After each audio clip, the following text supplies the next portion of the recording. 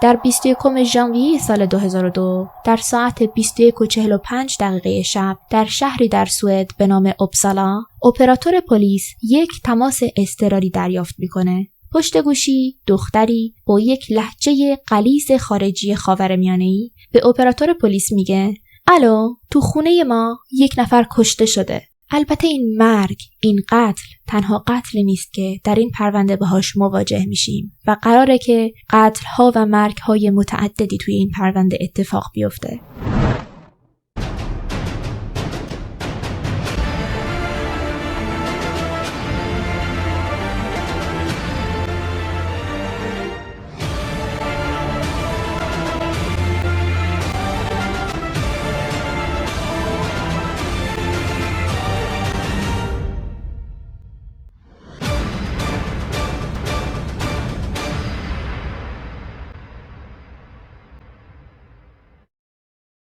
سلام به همه کلچیناچیای من الی هستم، راوی کانال چای و جنایت. جمعتون بخیر. برام نوشته بودید که کلچیناچی یعنی چی؟ کلچیناچی یک لغت ایتالیاییه به معنای خردریزه و سنگریزه. یک اصطلاحه که زمانی که دو نفر خیلی با هم صمیمی هستند و دوست هستند و ندار هستند ازش استفاده میکنند. من هم چون خیلی احساس صمیمیت با شما میکنم بهتون میگم شما کلچیناچی من هستید. خب از اونجایی که تو کانال چای و جنایت هستیم، هر جمعه یک لیوان یا یک فنجون چای میریزیم. به بهانه چای هم که شده دور هم جمع میشیم، گپ و گفت میکنیم و یک پرونده جنایی بررسی میکنیم. پس برید چایتون رو بریزید تا شروع کنیم. اگر از محتوای کانال خوشتون میاد لطفاً کانال رو سابسکرایب کنید و چک بکنید که لایکاتون نپره. دیگه بزن بریم.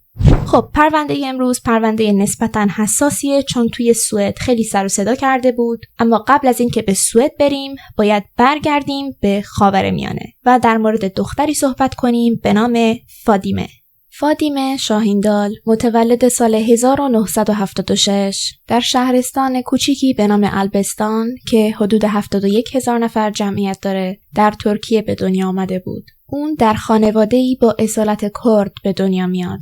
خانواده اونها متشکل از پدر فادیمه، رحمی شاهیندل و مادر اون، دو خواهر کوچکتر از خودش که خواهر وسطی اون سنگل نام داشت و برادر کوچکتر اون مسعود بود. در واقع فادیمه اولین و فرزند ارشد خانواده بود. فادیمه و خواهرش سنگل تایید کردند که زمانی که در ترکیه بودند و هنوز خیلی کوچیک بودند، خانواده نسبتاً پر جمعیت و شادی داشتند و کار اونها توی همون شهرستان کوچولو کشاورزی و دامداری بوده. اما هر دوی این خواهرها تایید کردند که اون زمان یک سری خشونت فیزیکی و ضرب و شتم از جانب خانواده به این دوتا خواهر اعمال می شده، اما غیر از این مشکل دیگه ای نداشتند. زمانی که فادیمه فقط 7 سالش بوده، خانواده شاهیندل به سوئد در شهر اپسالا نقل مکان میکنند. این جابجایی برای فادیمه خیلی خوب بوده، چون یک نسل جدیدی بوده توی اون خانواده و دوست داشته که بیشتر یاد بگیره، مدرسه بره، درس بخونه و خودش هم ذاتاً یک دختر سرکش و عصیانگر بوده که دوست داشته توی زندگیش جلو بره و کمالگرا بوده. اما داستان تکراری خانواده‌های سنتی و نسبتاً متحجری که جلوی پیشرفت دخترانشون رو، فرزندانشون رو میگیرند و نمیخوان که از یه جایی به بعد پا رو از مرزهای خانواده فراتر بگذارند و کم کم فادیمه هم با خانواده‌اش مشکل پیدا میکنه، چون نمیخواستند که اون پیشرفت بکنه. همین داستان تکراری که بهش اصرار میکردند که باید با یکی از پسر عموهای خودش که اون زمان در ترکیه زندگی میکرده، در یکی از شهرهای کردنشین ترکیه ازدواج بکنه و ازدواج درون فامیلی و زود انجام بده. اما فادیمه نمیخواسته این کارو بکنه. در سال 1996 زمانی که فادیمه یکم بزرگتر شده بود و دانش آموز خیلی با استعدادی بود، به منزل اونها یک نامه پذیرش دانشگاهی برای اون ارسال میکنند. اما وقتی پدر و مادر اون این نامه را میبینند اون رو دور میندازند و از چشم فادیمه پنهان میکنند، چون رحمی پدرش اصلا نمیخواست که فادیمه به تحصیلاتش ادامه بده. و بعد از اون که فادیمه به نحوی متوجه میشه که توی دانشگاه پذیرش گرفته، اون هم در رشته جامعه شناسی، خب خیلی ناراحت میشه از کاری که کردند. اتفاقاً همون سال در سال 1996 با کلنجار رفتن با خانواده‌اش موفق میشه که به دانشگاه بره. و در دانشگاه با پسری آشنا میشه که اتفاقاً همکلاسیش بوده به نام پاتریک، یک پسر دورگه ایرانی سوئدی بوده. به خوبی از رسم و رسومات خاورمیانه‌ای اطلاع داشته و خیلی زود هم با فادیمه ارتباط میگیره و وارد رابطه عاشقانه میشن. اما این رابطه مسلماً یک رابطه پنهانی و مخفیانه بوده، کاملاً برای خانواده فادیمه ممنوعه بوده این رابطه و بعضی از منابع گفتند که توی رابطه جنسی هم این دو نفر مشکل داشتن چون فادیمه باید باکره باقی میمونده. رابطه اونها برای 1 سال متمادی پیش میره. این دو نفر روز به روز رابطهشون با هم بهتر میشده و تنها مشکلشون خانواده فادیمه بوده. اما در سال 1997 از اونجایی که هیچ وقت خورشید پشت ابر نمیمونه و از طرفی پدر خانواده رحمی یکم به کاراگاه بازی کردن علاقه داره که جلوتر میفهمیم چرا این حرف رو زدم، بالاخره توی یک خیابون به طور اتفاقی مچ این زوج رو میگیره. لازم نیست که بگم توی خیابون چه آشوبی به پا میشه و چقدر این آقا با دخترش دعوا میکنه و بعضی از منابع میگن که حتی همونجا دست روی فادیمه دراز میکنه. اما از اونجایی که پاتریک یک خانواده ایرانی داشت، یعنی دورگه بود، با رسم و رسوم ها گفتم که آشنا بودند و تصمیم میگیرند که به خواستگاری فادیمه برند تا شاید اینطوری یکم رابطشون راحت تر بشه، پدرش ببینه که اینها جدی هستند و کلاً دلش با پاتریک صاف بشه.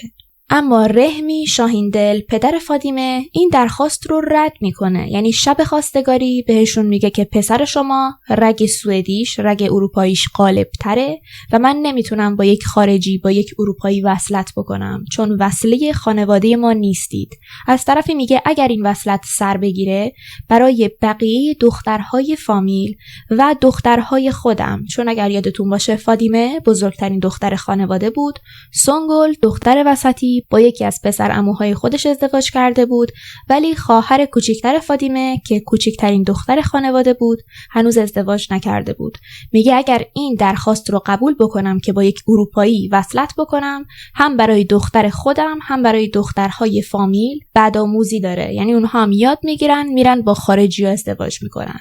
خلاصه میگه قابل قبول نیست و ما فقط در اون خانوادگی ازدواج میکنیم. خب از اونجایی که فادیمه میخواست با پاتریک رابطه داشته باشه و عاشقش بود، براش خیلی سخت بود که توی اون خانواده زندگی کنه. اون رو از همه کار منع میکردند، به سختی دانشگاه میرفت، به سختی پاتریک رو میدید و از اونجایی که خیلی خوب سنت‌ها و خانواده‌اش رو به خصوص پدرش رو میشناخت، بعد از این که به مدت 1 سال تمام تحت آزار خانوادش قرار داشته، بالاخره در سال 1998 1 سال بعد از این که پدرش مچ اون و دوست پسرش رو گرفته بود، به این نتیجه میرسه که باید اون خونه رو ترک بکنه.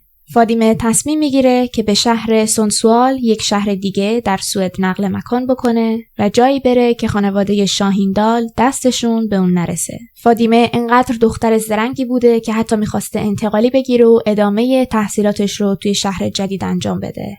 اما این قسمت پرونده یک اتفاق انقدر تراژدیک میفته که من هنوز هم باورم نمیشه. از زمانی که این پرونده رو خوندم باورم نمیشد که یک نفر بتونه انقدر بدشانس باشه و یک اتفاق انقدر بد یک جایی به این بدی از زندگی یک نفر بیفته. فادیمه و پاتریک به سونسوال میرند، یه خونه اجاره میکنند و همه چیز برای آغاز زندگی مشترکشون توی شهر جدید مهیا بوده. روزی که پاتریک از شهرشون به سمت این شهر داشته اسباب کشی میکرده و با ماشین خودش حرکت میکنه، روز 3 ژوئن سال 1998 بوده. با اینکه در اواخر بهار بوده و هوا نسبتاً توی ژوئن گرمه، اما اون روز هوا بسیار بد بوده، باد و بارون شدید و طوفان، و پاتریک که تنها سرنشین ماشین خودش بوده در روز اسباب کشی توی جاده تصادف عجیبی میکنه. تصادف انقدر سخت بوده که پاتریک در همون تصادف و در لحظه جون خودش رو از دست میده. تصور کنید که فادیمه تنها کسی که توی زندگی ازش حمایت میکرد و به پشتگرمی اون دلش گرم بود و این نقل مکان رو انجام داده بود، به شهر جدید رفته بود و تصمیمات جدید گرفته بود، رو در یک آن از دست میده. یعنی زمانی که داشتم پرونده رو میخوندم باورم نمیشد که توی زمان به این حساسی توی زندگی فادیمه یک اتفاق انقدر تراژیک و بد بیفته. فاطمه عشق خودش رو بدون اینکه بتونه برای آخرین بار اون رو ببینه یا حتی باهاش خداحافظی بکنه قبل از یک آغاز دوباره از دست داده بود. بدتر از اون اینکه پاتریک رو در همون شهر آبسالا، جایی که پدر و مادر فاطمه هم زندگی می‌کردند، دفن می‌کنند. فاطمه حتی نمیتونست در مراسم خاک سپاری دوست پسر خودش حاضر بشه. اولا به خاطر ترسی که از خانواده‌اش داشت نمیتونست پا توی شهر آبسالا بذاره. از طرف دیگه یکی از آشنایان پدر فاطمه که یک نماینده کرد و سوئدی دوملیتی در پارلمان سوئد بود، ناین پگل، با پدر فاطمه صحبت میکنه تا بتونه آرومش بکنه و ازش قول میگیره که اگر فاطمه هیچ وقت پا به آبسالا نگذاره، اون هم هرگز دخترش رو تعقیب نکنه و برای اون مشکلی پیش نیاره. و اینطوری میشه که فاطمه نمیتونه در مراسم خاکسپاری پاتریک حاضر بشه. اما یک هفته بعد از خاکسپاری پاتریک بالاخره گذر فاطمه به این شهر میفته. برای انجام دادن کارهای انتقالی دانشگاهش به آبسالا رفته بود و از شانس بد دوباره به طور ناگهانی برادرش مسعود رو در ایستگاه اتوبوس میبینه و به محض اینکه مسعود متوجه حضور خواهرش میشه، بدون اینکه فکر کنه که یک قانونی توی سوئد وجود داره، بدون مقدمه به فاطمه حمله میکنه و اون رو تا سرحد مرگ کتک میزنه. در واقع فاطمه رو فقط کتک نمیزد، قصد داشت که خواهرش رو بکشه. در مدتی که فاطمه از خانواده دور شده بود، یک سری از مردان خانواده شاهیندال سعی کرده بودند که با مسعود صحبت بکنند و بهش بگند حالا که تو زیر سن قانونی هستی، خواهرت رو بکش، یک بلایی سرش بیار و حکم سنگینی هم در انتظارت نیست. هر کدوم از ما این کار رو انجام بدیم برای ما بد میشه. برای همین مسعود هم ذهنش جستجو پیدا کرده بود و تا خواهرش رو شانسی توی ایستگاه اتوبوس دیده بود به جونش افتاده بود. بعد از این که مردمی که توی خیابون و توی ایستگاه اتوبوس بودند فاطمه رو از زیر دست مسعود در میارند، فاطمه متوجه میشه که این تهدیدهای به مرگی که از جانب خانوادش کما بیش دریافت میکرد واقعیت داره و واقعا ممکنه یک بلایی سرش بیارند. برای فاطمه خیلی سخت بود که با این قضیه کنار بیاد که اینطوری مورد تهاجم خانواده خودش قرار میگیره، فقط و فقط بابت انتخاب‌های متفاوتش از اونها. خب فاطمه دختر باهوشی بود، همونطور که میگفتم، به زبان سوئدی به خوبی صحبت میکرد. پس تصمیم میگیره که در وهله اول به دنبال تحقق حقوق خودش بیفته. پس با سرویس خدمات اجتماعی زنان در سوئد تماس میگیره و جریان عجیب خانواده‌اش رو باهاشون در میون میگذاره و ازشون کمک میخواد. اون زمان پلیس هم به فاطمه کمک میکنه و تصمیم میگیرند که به اون یک هویت جعلی و پنهانی بدند تا بتونه به راحتی در شهر جدید زندگی بکنه. اما فاطمه این وسط میخواست یکم سر و صدای بیشتری بکنه تا امنیت خودش رو تضمین بکنه. از طرف دیگه میخواست صدای زنانی باشه که توی خانواده‌های نسبتاً متحجر یا متحجری مثل خودش داشتن زندگی میکردند. پس این وسط به یک برنامه رادیویی دعوت میشه و اونجا هم راجع به داستان خودش و اتفاقاتی که براش افتاده بود تا به امروز صحبت میکنه. اون دقیقاً در همین پادکست راجع به تمام کارهایی که خانواده‌اش بر علیهش انجام دادن حرف میزنه و اینجا جملات معروف خودش رو میگه که اینطوری نیست که هر خانواده‌ای خوب باشه و هر خانواده‌ای خوب فرزندش رو بخواد. طبیعتاً هر خانواده‌ای باید از فرزندانش حمایت بکنه، اما در خانواده‌ای مثل خانواده من اینطور نیست. به طور مثال میگه روزی که برادرم توی ایستگاه اتوبوس داشت من رو کتک میزد، بدنم انقدر بی‌حس شده بود که فکر میکردم واقعاً این آخرین روزیه که زنده خواهم بود. تصورشو بکنید که یک زندگی با ارزش، یک زندگی جوان بدون هیچ دلیلی، یعنی بدون هیچ دلیل منطقی برای هیچ و پوچ داشته در مقابل حیات تسلیم می شده. فاطمه میگه با تمام اتفاقات بدی که برام افتاده قرار نیست که جلوی این تحجر خانواده‌ام کوتاه بیام. مطمئنم اگر الان پاتریک هم بود نمیخواست که من در مقابل ظلم خانواده‌ام کوتاه بیام و سرخم بکنم. پس من ازشون نمیترسم و ادامه میدم. خب مسلماً این قضیه برای خانواده شاهیندل خیلی سنگین بوده، چون نمیخواستند که آبروشون رسانه‌ای بشه و کسی راجبشون اینطوری در معرض عموم صحبت بکنه و یه جورایی آبروشون بره و آدم بده داستان باشن. پس خیلی داشته به خانواده‌اش فشار می اومده. اما فاطمه به کار خودش، به پروپاگاندای خودش ادامه میده. با حضور خودش در رسانه‌های سوئد مورد توجه بسیاری از مقامات سوئد قرار میگیره. حمایت‌های بسیار زیادی به سمت اون جلب میشن. همون زمان به پشتگرمی این حمایت‌ها از برادرش شکایت میکنه بابت حمله فیزیکی که به اون کرده بود و به مسعود 5 ماه زندان میدند و البته 1 جریمه نقدی. حتی با اینکه فاطمه توی یک شهر دیگه زندگی میکرد و یک مدت طولانی بود که از زندگی خانواده شاهیندال بیرون اومده بود، اما اونها گهگداری به خودشون اجازه میدادند که باهاش تماس بگیرند، اون رو توی تماس‌ها و پیام‌های خودشون تهدید به مرگ بکنند و حتی انگار نه انگار که دختر همون خانواده است، اون رو تهدید به تجاوز میکردند. بیشتر این تماس‌ها از جانب رحمی و مسعود بوده، پدر و برادر فاطمه.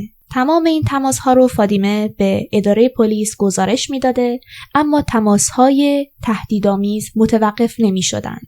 اما این تماس‌های تهدیدآمیز تنها تماس‌هایی نبودند که از خانواده شاهیندل باهاش گرفته می‌شد. یک سری تماس محبت‌آمیز هم از جانب خواهر کوچیکترش سنگل دریافت می‌کرد که همیشه توی این تماس‌ها بهش میگفتند که دلشون خیلی برای فاطمه تنگ شده و فاطمه هم میگفت که خیلی دوست داره مادرش و خواهر کوچیکترشون رو که اون زمان 13 سالش بوده ببینه و با خواهرش درد و دل می‌کرد که این چه سرنوشتی که من و تو و ما محکومش هستیم، اصلاً برای چی؟ واقعاً هم من همیشه با خودم فکر می‌کنم بعضی وقتا بعضی از سنت‌ها و افکار اشتباه ما کلن، مخصوصا ما خاورمیانه‌ای‌ها، چرا زندگی‌های ما رو باید انقدر سخت بکنه، انقدر سرنوشت ما رو در هم پیچیده بکنه.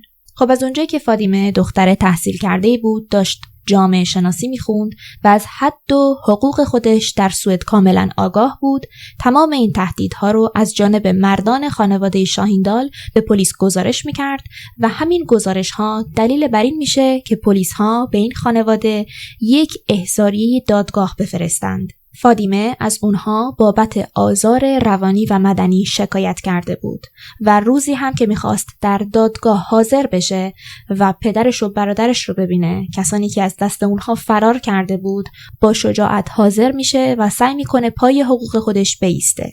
به علاوه شجاعت از این دخترهایی بوده که خیلی هم دلش برای خانواده‌اش نمیسوخته، یعنی فکر نمی‌کرده که حالا کار اشتباهی کردن، الان سرپوش میذاریم روش که حالا بدتر و بدتر بشه توی مدت زمان طولانی. نه، کاملا جلوشون میستاده و همین میشه که توی دادگاه به رحمی شاهیندال یک حکم دوری از فاطمه تصویب میشه، یعنی نمیتونسته به جایی بره که در چند کیلومتری فاصله از خواهرش بوده. یکی از شخصیت‌های عجیب این پرونده از نظر من مسعود شاهیندل، برادر کوچکتر فاطمه است. این پسر بدون اینکه اراده و افکاری از خودش داشته باشه، یک نسخه کپی شده و کوچکتر شده پدرش بود. یک حمایت کورکورانه‌ای از تحجر پدرش داشت و یک تنفر بسیار زیادی هم از خواهرش داشت. اصلا معلوم نبود چرا انقدر از فاطمه متنفره. انقدر از این آدم متنفر بود که حتی در زمان استراحت دادگاه یک لحظه فاطمه رو یک گوشه گیر میندازه و همونجا جلوی صحن علنی دادگاه اون همه آدم شروع میکنه با فاطمه دعوا کردن، بهش توهین کردن و تهدیدش کردن به مرگ. یعنی هیچ ابایی نداشته که مقامات ببینن چه رفتاری با خواهرش انجام میده، چه در حضور عموم چه در خلوت خونه. بر اساس این رفتار مسعود همون روز دوباره به اون حکم بازداشت میدن، اما اونها نمیدونستند که یک سری از آدمها مثل اون یک چنین آدمهایی قابل اصلاح نیستند. اصلا معلوم نیست که مغزشون با چی پر شده، اگر مغزی وجود داشته باشه. خب باید بریم به سال 2001. در تاریخ نوامبر سال 2001 فاطمه به سمیناری در مورد خشونت علیه زنان در پارلمان سوئد دعوت میشه. اون در برابر احزاب مختلف سیاسی، افراد مهم مجلسی، اعضای مجلس و رسانه‌های بسیار با شجاعت تمام در مورد مشکلات دختران خارجی مثل خودش که زندگی بسیار سختی تحت نظام خانوادگی مرد سالاری و متحجرانه و مذهبی دارند صحبت میکنه، به خصوص دخترانی که در خانواده‌های مسلمان و سنتی زندگی میکنند. اون حتی در سخنرانی خودش از داستان زندگی خودش مایه میذاره و تعریف میکنه که در طول عمر کوتاهش چه بر سر اون اومده. اون به مدت 20 دقیقه سخنرانی میکنه، اما من یه تیکه کوتاه از حرفهای اون رو صداش رو میذارم تا گوش بدید. Hej, mitt namn är Fadime och jag är 25 år gammal. Jag har blivit inbjuden hit idag för att berätta om mina erfarenheter av hur det kan vara att leva som utländsk tjej i Sverige med dess lagar, seder och kultur. فادیمه به خصوص بعد از این سخنرانی انگار تبدیل شده بود به چهره جنبش زنان. انگار زمانی که سیر زندگی خودش رو تعریف کرده بود، توجهات زیادی جلب شده بود و همین نقطه عطفی میشه برای فعالان حقوق زنان، به خصوص زنان و دخترانی که در خانواده‌های بسته و مذهبی و مسلمون زندگی میکنند، مثل خود فادیما از ملیت‌های ترک یا کرد و معتقد بودند که هیچ کس نباید همچین زندگی مثل فادیمه تجربه بکنه. از من بپرسید، توی ایران خودمون هم نمونه های این چنینی کم نداریم و باید یک سری اصلاحات روی زندگی زنانی که در خانواده های این چنینی و بسته زندگی می کنند اعمال بشه. خلاصه بعد از سخنرانی بزرگ فادیمه زمان میگذره و به 21 ژانویه سال 2002 میریم. از اونجایی که فادیمه در دانشگاه جامعه شناسی خونده بود، قرار بود که از طرف دانشگاه برای یک دوره کارآموزی به یکی از کشورهای افریقایی مثل کنیا منتقل بشه. در سوئد اکثر کارآموزی‌های دانشجویان علوم جامعه شناسی و علوم سیاسی در همین مناطق انجام میشه. اما فادیمه دوست داشته قبل از اینکه به سفر بره خانواده‌اش رو ببینه، مادرش رو، خواهرای کوچیکترش رو. پس با سنگل تماس میگیره و بهش میگه که اگر میتونی یک قرار ملاقاتی ترتیب بده که من بتونم شما رو قبل از عزیمتم ببینم. سنگل هم این قرار ملاقات رو توی خونه خودش مهیا میکنه، با مادرش تماس میگیره تا بهش بگه که اون روز عصر فادیمه به خونش میاد و اگر میتونه اون هم به خونه سنگل بیاد. زمانی که با مادرش تماس میگیره پشت تلفن مادرش خیلی راحت نبوده که صحبت بکنه، چون در حضور مسعود و همسرش داشته حرف میزده و نمیخواسته که بدونن چه قرار ملاقاتی دارن ترتیب میدن. پس پشت گوشی میگه باشه فلان چیز رو برات میارم خونت، یعنی اینا اینجا هستند دیگه ادامه نده ولی من خودمو میرسونم. خلاصه مادر فادیمه در حدود ساعت 19 همون روز به منزل سنگل میره. اون روز بسیار شادی برای زنان خانواده شاهیندال بوده. بالاخره بعد از یک مدت طولانی با هم بودند، گپ و گفت میکنند، مادر و دختری آشپزی میکنند، غذا میخورند، تلویزیون نگاه میکنند و فادیمه خیلی خوشحال بوده اون روز. اما این آرامش اونها زیاد طول نمیکشه. بعد از یک مدتی صدای زنگ در خونه سنگل رو میشنوند و فکر میکنند که خواهر کوچیکترشون که 13 سالش بوده اومده پیششون، چون قرار بوده بعد از برنامه ورزش فوق برنامه مدرسه‌اش یه سری بیاد و فادیمه رو ببینه. اما زمانی که سنگل میره دم در و نگاه میکنه میبینه پشت در رحمی پدرشه. رحمی خیلی عصبانی پشت در داشته داد و بیداد میکرده، با مشت به در میکوبیده و میگفته که میدونم که اونجایید. خب وضعیت متشنج میشه، اما سنگل تصمیم میگیره که در رو برای پدرش باز نکنه. به مادرش و فادیمه میگه چراغ‌ها رو خاموش میکنیم، بی سر و صدا میشینیم تا فکر کنه کسی خونه نیست. همین کارم میکنن. البته اون وسط که داشته داد میزده پدرشون از پشت در، فادیمه در گوش سنگل میگه میخوای من برم توی حموم قایم شم، برم زیر تخت، تو در رو باز بکنی که اینقدر داد و بیداد نکنه جلوی همسایه‌ها تو آبروت رو نبره. یعنی توی اون شرایط هم نگران خواهرش و آبروی خواهرش بوده. اما سنگل میگه نه، من نمیخوام در رو برای یک همچین آدمی باز بکنم. خلاصه انقدر رحمی در میزنه تا خسته میشه و میره. بعد از این که میره همه زنان خانواده یک نفس راحتی میکشند، اما نمیدونستند که زمانی که رحمی داره از اونجا دور میشه همچنان چشمش به پنجره منزل دخترشه. همون لحظه مثل این که مادر خانواده از جلوی پنجره رد میشه و رحمی سایه یک نفر رو میبینه و متوجه میشه که نه، یک کسایی توی خونه هستن. نیم ساعت دیگه دوباره زنگ در خونه رو میزنند. دوباره جو متشنج میشه، میگن خدایا این بار دیگه کیه؟ اما زمانی که نگاه میکنند میبینند خواهر کوچکتر خانواده، اونی که 13 سالش بوده، اومده تا فاطمه رو ببینه. در رو براش باز میکنند، اونها هم یک مدتی با هم گپ و گفت میکنند، اما دختر کوچکتر بعد از 45 دقیقه حدوداً تصمیم میگیره که به خونه برگرده، چون اگر بیشتر میمونده پدرش و برادرش شک میکردند که کجاست. زمانی که دختر کوچکتر داشته برمیگشته، مادرشون میگه به رحمی پدرت بگو که من امشب خونه سنگل میمونم و نمیام. قبلا هم باهاش هماهنگ کردم. اون شب مادر سنگل میخواسته کنارش بمونه و فاطمه هم قرار بود که یکی از دوستاش با ماشین بیاد روبروی خونه سنگل و اون رو برداره. یعنی یک مدلی که هیچ کس فاطمه رو توی خیابون و اون دور و اطراف نبینه. خلاصه فاطمه شب قرار میشه که بره، با مادرش خداحافظی میکنه، با خواهرش سنگل هم خداحافظی میکنه و قدم زنان از پله ها میان پایین که دیگه بره. اما به محض اینکه در مجتمع رو باز میکنند که فاطمه از مجتمع خارج بشه، چشمشون میفته به پدرشون رحمی که روبروی در وایستاده.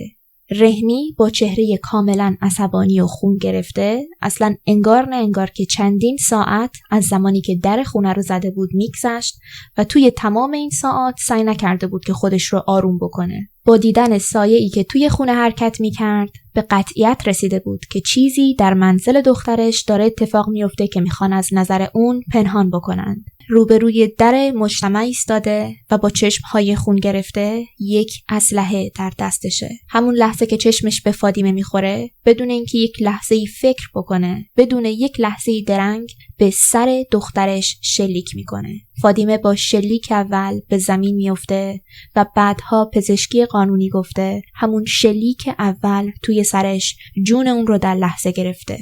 واقعا ناراحت کننده است. انگار که اون شب فاطمه میدونست که داره میره و با تمام افراد با محبت زندگیش، با زنان خانواده‌اش وداع کرده بود.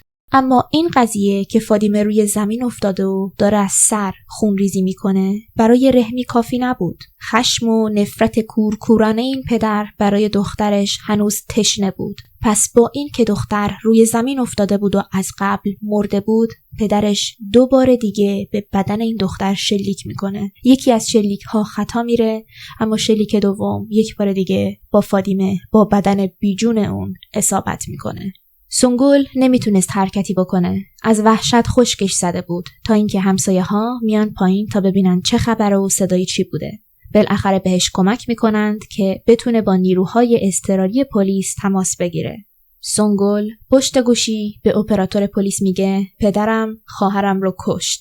رحمی شاهیندل 54 ساله همون شب به نظر می رسید که فقط جرأت رویارویی با دختر جوون خانواده با یک اسلحه توی دستش رو داشته. اگر نه همون شب فرار کرد. مثل یک ترسو فرار میکنه. اما خوشبختانه بعد از چند ساعت نیروهای پلیس اون رو بازداشت میکنند. بعد از بازداشت شدنش به راحتی اعتراف میکنه. با سر بالا گرفته میگه بله من کشتمش. همونطور که میدونید توی اکثر این پرونده هایی که قتل های ناموسی انجام میشه، فرد ضارب یا قاتل از کاری که کرده پشیمون نیست و اون رو یک نشونه بزرگی و افتخار برای خودش میدونه. پس خیلی راحت اعتراف میکنه و کاملا هم گردن میگیره. در 4 فوریه سال 2002 بدن فاطمه شاهیندال 26 ساله به خاک سپرده میشه. در شهری که خانواده‌اش زندگی میکردند، در آبسالا، شهری که در دوران حیاتش اجازه ورود به اون رو نداشت، اما حالا که از دنیا رفته بود، اون رو در این شهر خاک میکنن. از اونجایی که اون قبل از مرگش یک فعال حقوق زنان بود و یک چهره عمومی محسوب میشد، مرگ اون در رسانه‌ها و در سوئد سر و صدای زیادی میکنه. افراد زیادی از اعضای مجلس، سیاستمداران، فعالان حقوق زنان و حتی دختر پادشاه سوئد و هزاران نفر از مردم در خاکسپاری فاطمه شرکت می کنند. در زمان خاکسپاری زیر تابوت فاطمه را تنها زنان می گیرند و اجازه نمیدند که هیچ مردی جلو بیاد. در روز سه‌شنبه 12 مارس سال 2002 برای فاطمه در دادگاه اپسالا یک محاکمه تشکیل میدند. پدر اون در دادگاه به عنوان قاتل دخترش یک ادعای عجیب میکنه. در دفاعیه خودش میگه که من دخترم رو کشتم چون به من بی‌حرمتی کرده بود. من با اعضای دیگه خانوادم هم صحبت کردم، اما اونها من رو به این کار تشویق کردند و گفتند که اگر اون رو ببخشی آبروی خانوادگی ما از بین میره. اون شب هم من زمانی که در زدم و در رو برام باز نکردند به خونه رفتم، مست کردم و بعد که برگشتم نفهمیدم کی شلیک کردم و چه اتفاقی افتاد، ولی این کارو من کردم و به نظر من اصلا هم قضیه مستی نبوده، چون اگر یک خشم آنی، یک مستی آنی باشه تو یک گلوله شلیک میکنی. اون 2 گلوله دیگه‌ای که به بدن بیجون دخترش زده بود فقط میتونه نشونه ی هوشیاری، خشم و نفرت و کینه و از قصد باشه. علیرغم عشق مادری، مادر فاطمه حاضر نمیشه که به نفع فاطمه شهادت بده و تنها کسی که از اعضای خانواده ترجیح میده بر علیه خانواده شهادت بده، سنگل دختر بزرگتر خانواده بوده. سنگل اصرار میکرده که قتل برنامه ریزی شده بود و پدرشون هم زنگ در خونه رو زده بود و میدونسته که چه کار باید بکنه و برای همین اسلحه با خودش داشت و حالا هم داره مظلوم نمایی میکنه. سنگل انگار راه خواهرش رو پیش گرفته بود. انگار از فاطمه بهش سرایت کرده بود که آزاد و آزادی خواه باشه. بعد از مرگ خواهرش بارها و بارها به جای اون در رویدادها حاضر میشه تا راجع به زجری که خانواده‌هایی مثل خانواده خودش، خانواده‌های بسته و سنتی و هم‌ملیت اون به دختران و زنان خودشون میدند صحبت بکنه.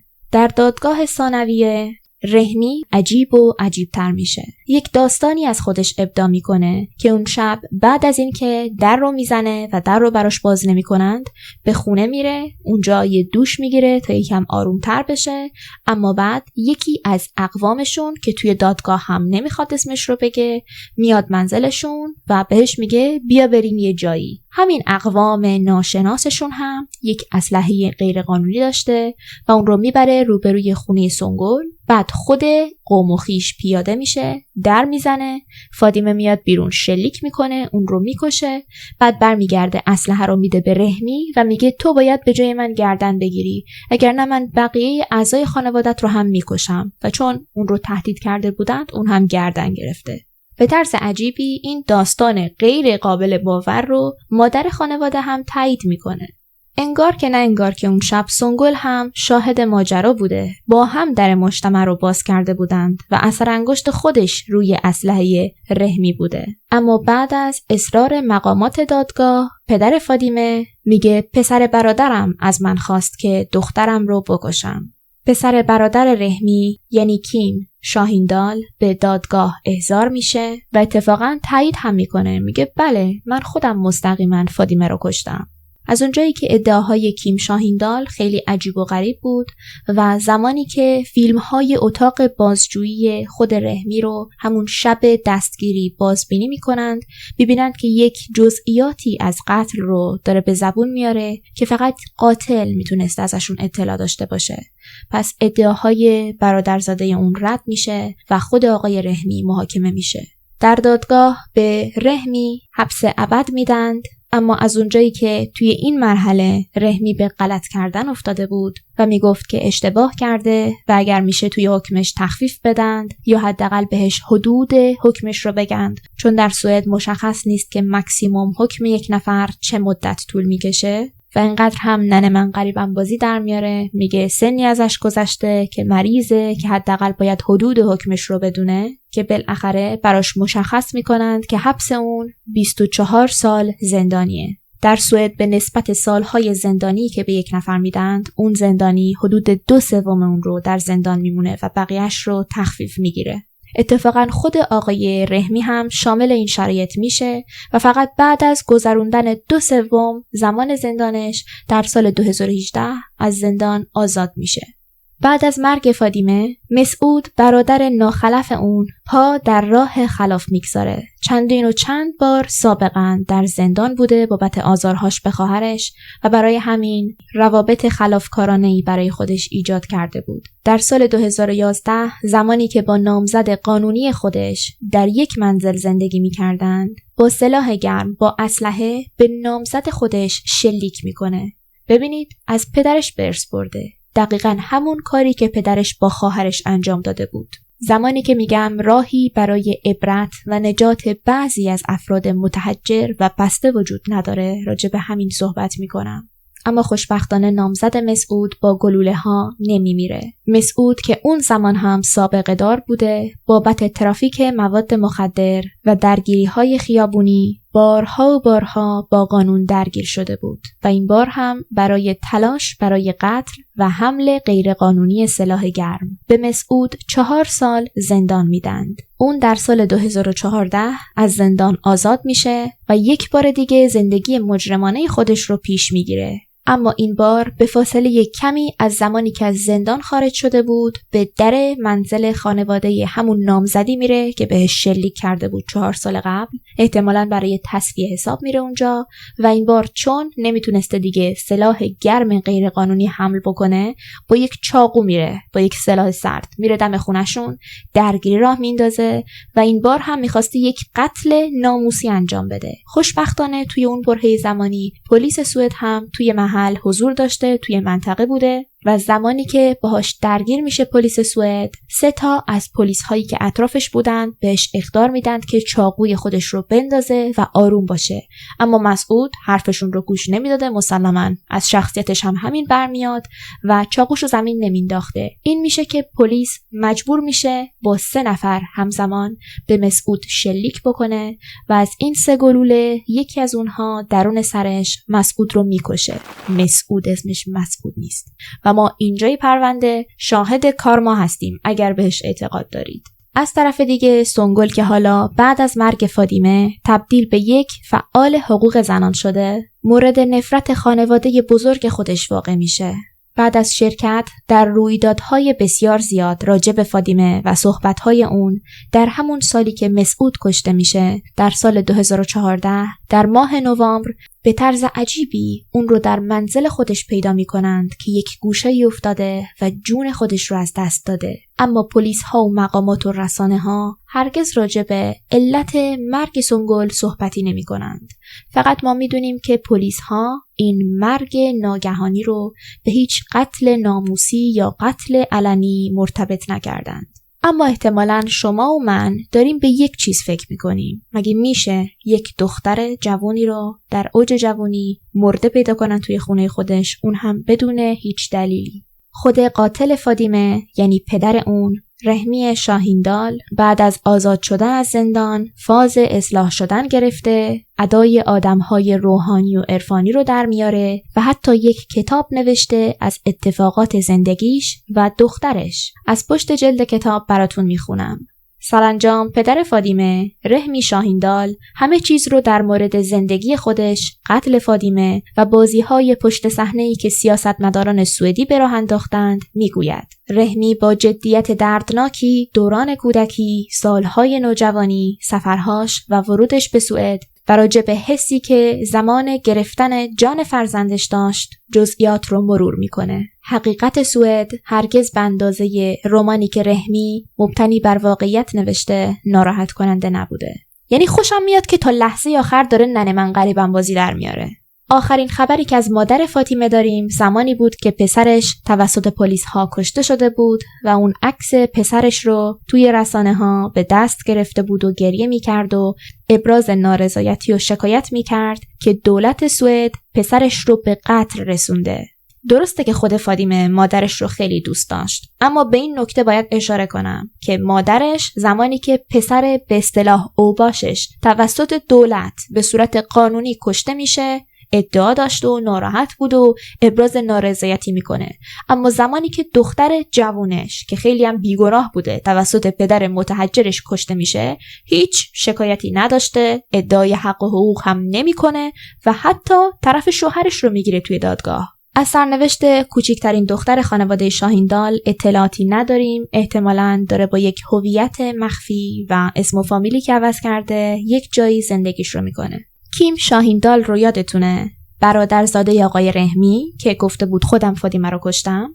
در سال 2016 یعنی 1 هفته مونده به کریسمس، همین پسر عموی فاطمه میره سر وقت همسر سابق خودش و جلوی چشمهای بچه‌هاش مردی رو که حالا با همسر سابقش ازدواج کرده بود با چاقو به قتل میرسونه. یک مرد 55 ساله سوئدی به نام اوکه پرسون بود و خود کیم هم در اون زمان 45 سالش بود. زمانی که براش دادگاه تشکیل میدند، در حکم دادگاه نوشته بود که کیم شاهیندال برای انجام این قتل بین 1 تا 2 ماه برنامه ریزی کرده بود. حتی رفته بود و یک غلاف برای چاقوی خودش ساخته بود تا بتونه چاقو رو بدون دیده شدن اون حمل بکنه و روبروی منزل همسر سابقش برسه. کیم در دادگاه میگه انگیزه اون از این قتل این بوده که غیرتش اجازه نمیداده که ببینه زن سابق خودش داره با یک مرد دیگه، به خصوص یک مرد سوئدی زندگی میکنه و برای همین مرد رو کشته.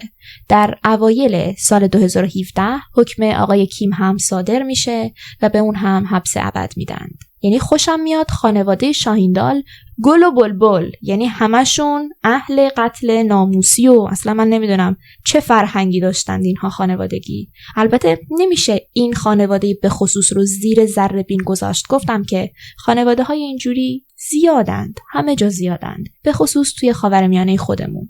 خلاصه به غیر از دختر کوچکتر خانواده، تمام بچه های خانواده از دنیا میرن. بعد از مرگ فاطمه یک سازمان ملی تشکیل میشه به نام GAPF که مخفف یک جمله در زبان سوئدیه: هرگز پلا و فاطمه را فراموش نکن. پلا یک دختر دیگه بود که اون رو هم در سال 1999 به دلایل ناموسی به قتل رسوندند. کار این سازمان کمک به دختران آسیب دیده و مورد خشونت خانگی واقع شده است. بعد از این قتل‌های پی در پی، حساسیت روی پرونده فاطمه بیشتر هم میشه و همه برمیگردند به تصادف دوست پسر فاطمه، پاتریک، که آیا واقعاً یک تصادف بوده یا یک قصد و غرضی پشتش بوده.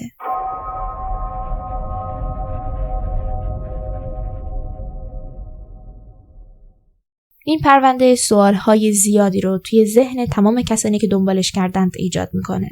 شما نظرتون رو برام بنویسید، راجع به تصادف پاتریک برام بنویسید. من فقط میتونم با صحبت کردن راجع به پرونده های این چنینی امیدوار باشم که این قتل های ناموسی کمتر اتفاق بیفته و در این مورد خاص هم روح فاطمه در آرامش باشه. تو این پرونده از معدود دفعاتی بود که خودم میدیدم که دختر خانواده سعی میکنه که بجنگه، نمیترسه، فرار نمیکنه، اما انگار یه جورایی بخت هم باهاش هرگز یار نبود، به خصوص در قسمتی که پاتریک تنها عشق زندگیش رو در بدترین زمان ممکن از دست داد. خب امیدوارم که پرونده امروز رو دوست داشته باشید، چایتون سرد نشده باشه مثل چای من. اگر پرونده رو دوست داشتید لطفاً کانال رو سابسکرایب کنید، برای دوستاتون به اشتراک بذارید، لایک بذارید، کامنت برام بذارید و اگر هم پرونده جنایی بیبی 2 یا کودک گم شده بی‌هویت رو ندیدید، لینکش رو براتون میذارم این بالا که هیچ وقت نمیدونم اینجاست یا اینجا، میذارم این بالا، حتما بعد از این پرونده ببینید. دیگه همین دیگه، خیلی دوستتون دارم، توی قلبم هستید. بای.